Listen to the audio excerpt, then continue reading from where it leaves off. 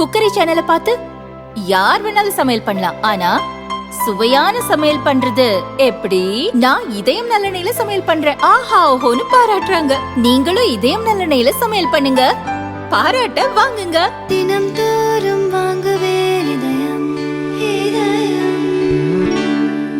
சென்னையை சேர்ந்த கானா பாடகி இசைவாணி 2019 நடந்த ஒரு இசை நிகழ்ச்சியில் சபரிமலை ஐயப்பன் குறித்து பாட்டு பாடினார்.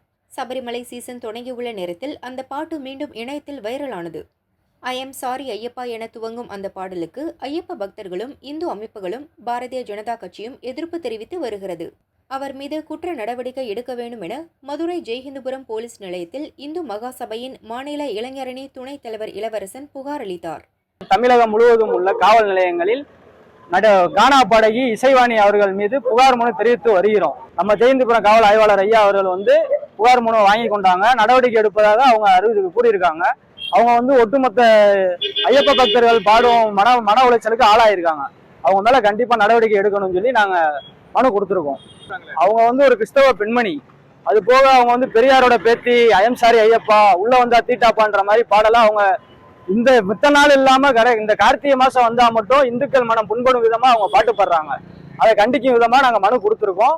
இந்த மனு அவங்க ஏற்றிருக்காங்க. அவங்களை கைது செய்யலைன்னா நாங்க தமிழகம் முழுவதும் கண்டிப்பா கண்டன ஆர்ப்பாட்டம், கொந்தளிக்கும் ஆர்ப்பாட்டம் கண்டிப்பா நாங்க நடத்துவோம்.